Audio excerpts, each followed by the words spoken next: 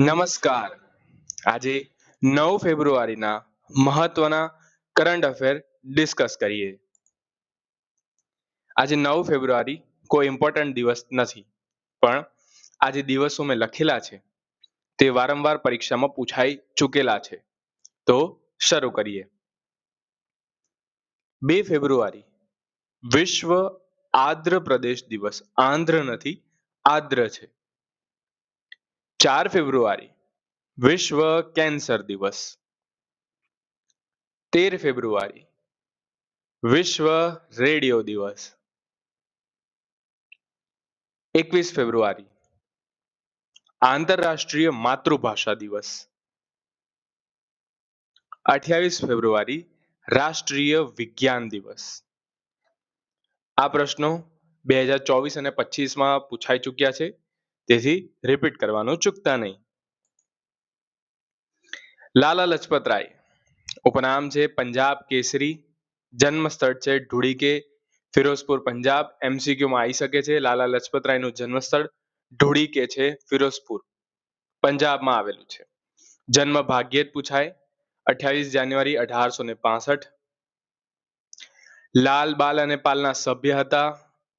પાછું તેમણે સાયમન ગોબેકનું સૂત્ર આપ્યું હતું. અને સૌથી ઇમ્પોર્ટન્ટ પ્રશ્ન, લાલા લજપત રાય સર્વન્ટ્સ ઓફ પીપલ સોસાયટીના સ્થાપક હતા. તેમના 2 અખબાર હતા, ધ પીપલ અને યંગ ઇન્ડિયા. 1920 કલકત્તા અધિવેશનના અધ્યક્ષ પણ રહી ચૂક્યા છે. ચલો કરંટ અફેર શરૂ કરીએ. વર્લ્ડ ગવર્નમેન્ટ સમિટ 2026 નું આયોજન ક્યાં થયું હતું? યાદ રાખજો, વર્લ્ડ ગવર્નમેન્ટ સમિટ 2026 નું આયોજન થયું હતું દુબઈમાં. થીમ પૂછાઈ શકે કે થીમ શું હતી આ સમિટની? થીમ હતી શેપિંગ ફ્યુચર ગવર્નમેન્ટ્સ. શું હતી? Shaping future governments. આ જે ગવર્નમેન્ટ સમિટની જે થીમ થઈ હતી તેમાં એક ગ્લોબલ ટીચર પ્રાઇઝ મળ્યો હતો અને પાછા તે ભારતીયને મળ્યો હતો. નામ યાદ રાખવું પડશે, રૂબલ નાગી. યાદ રાખજો, રૂબલ નાગી, જેમને ગ્લોબલ ટીચર પ્રાઇઝ 2026 થી સન્માનિત કર્યા છે. વર્લ્ડ ગવર્નમેન્ટ સમિટ જે યોજાઈ હતી દુબઈમાં. પ્રશ્ન નંબર 2, ગ્લોબલ ફાયર પાવર ઇન્ડેક્સમાં ભારતને કયું સ્થાન મળ્યું છે? યાદ રાખજો, ગ્લોબલ ફાયર પાવર ઇન્ડેક્સમાં ભારતને 4થું સ્થાન મળ્યું છે. ગ્લોબલ ફાયર પાવર ઇન્ડેક્સ શું છે?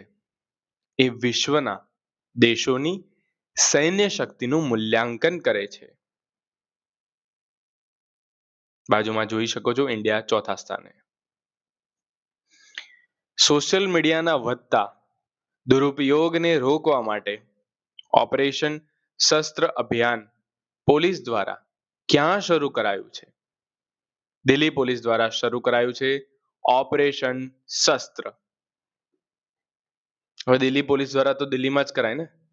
આગળ વધીએ. ઓપરેશન શસ્ત્ર ટૂંકમાં યાદ રાખજો, દિલ્હી પોલીસ. 2027 એશિયા શૂટિંગ ચેમ્પિયનશિપની મેજબાની કયો દેશ કરશે? યાદ રાખજો, 2027 એશિયા શૂટિંગ ચેમ્પિયનશિપની મેજબાની ભારત કરશે. કયો દેશ કરશે? ભારત દેશ. થોડી રિસેન્ટ માહિતી જોઈ લઈએ જે પરીક્ષામાં પૂછાઈ શકે છે. ભારતની પ્રથમ LNG diesel dual fuel demo train અમદાવાદમાં શરૂ થશે. આટલું લાંબુ યાદ રાખવા કરતા ડેમો ટ્રેન અમદાવાદમાં શરૂ થશે. ડેમો ટ્રેન અમદાવાદમાં શરૂ થશે. ભારત 95 દેશોને જોડતી પ્રથમ વૈશ્વિક ગીગા કન્ટ્રી સમિટની મેજબાની કરશે. ભારત શું કરશે? વૈશ્વિક ગીગા કન્ટ્રી સમિટની મેજબાની. ગીગા કન્ટ્રી એટલે ગીગા એટલે યાદ રાખજો, જે યુટ્યુબર છે, જે આપણા ડિલિવરી પાર્ટનર છે, જે જાતે કામ કરે છે, તેમને ગીગા કહેવાય. ભારતીય વૈજ્ઞાનિકોએ હમણાં શું કર્યું? સ્વયં ચાર્જિંગ ઉર્જા ઉપકરણ વિકસાવ્યું. શું કર્યું? સ્વયં ચાર્જિંગ ઉર્જા ઉપકરણ. ભારત છે ને એ દુનિયાનો બીજો સૌથી મોટો 5G સબસ્ક્રાઇબર ધરાવતો દેશ બન્યો છે, બીજા નંબરનો. તો તમે જાતે સર્ચ મારીને જુઓ કે પહેલું 5G સબસ્ક્રાઇબર બેઝ ધરાવતો દેશ કયો બન્યો છે.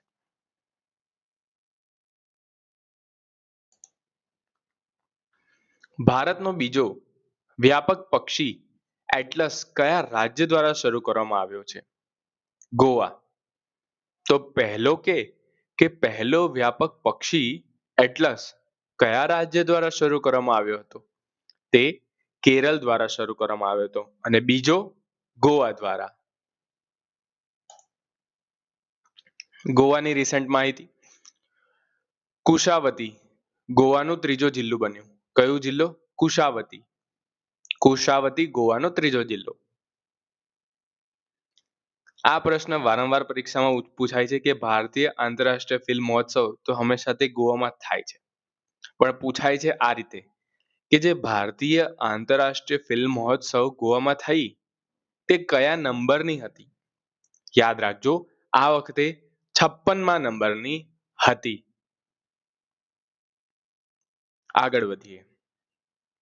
ઇન્ટરનેશનલ સિલિએકી કોન્ફરન્સ વી કેર 2025 ગોવામાં થઈ. ગોવાના મુખ્યમંત્રીએ હિસ્ટ્રી ડેટ ઇન્ડિયાના ઇનસાઇડ પુસ્તકનું વિમોચન કર્યું. યાદ રાખજો, આંતરરાષ્ટ્રીય ફિલ્મ મહોત્સવ 56મો, કુશાવતી ગોવાનો ત્રીજો જિલ્લો અને ઇન્ટરનેશનલ સિલિએકી કોન્ફરન્સ એટલે કે વી કેર ગોવામાં થઈ.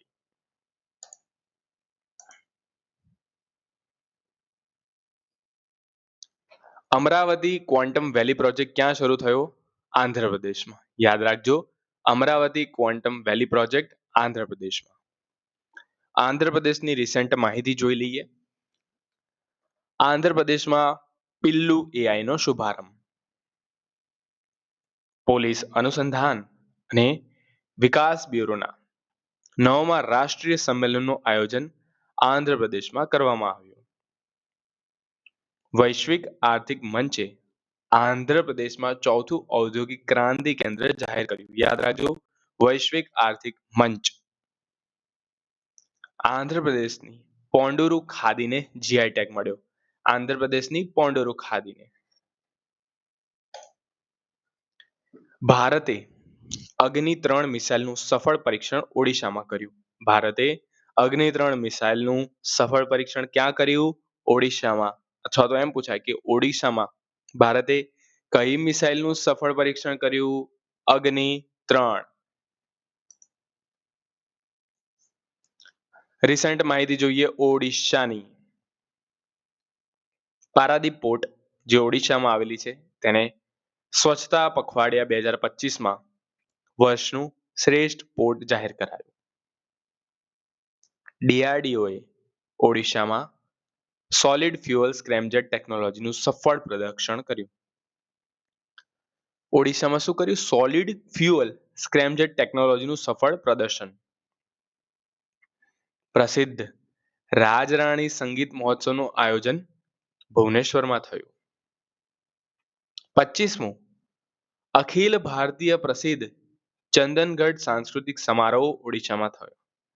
25મો અખિલ ભારતીય પ્રસિદ્ધ ચંદનગઢ સાંસ્કૃતિક સમારોહ ઓડિશામાં થયો.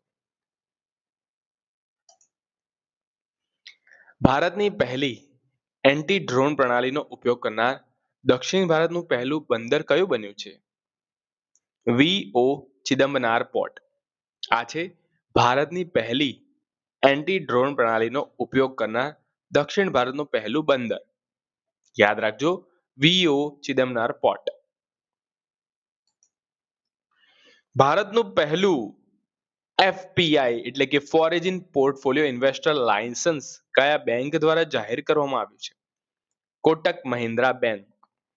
ભારતનું પહેલું foreign portfolio investor licence Kotak Mahindra bank દ્વારા જારી કરવામાં આવ્યું છે.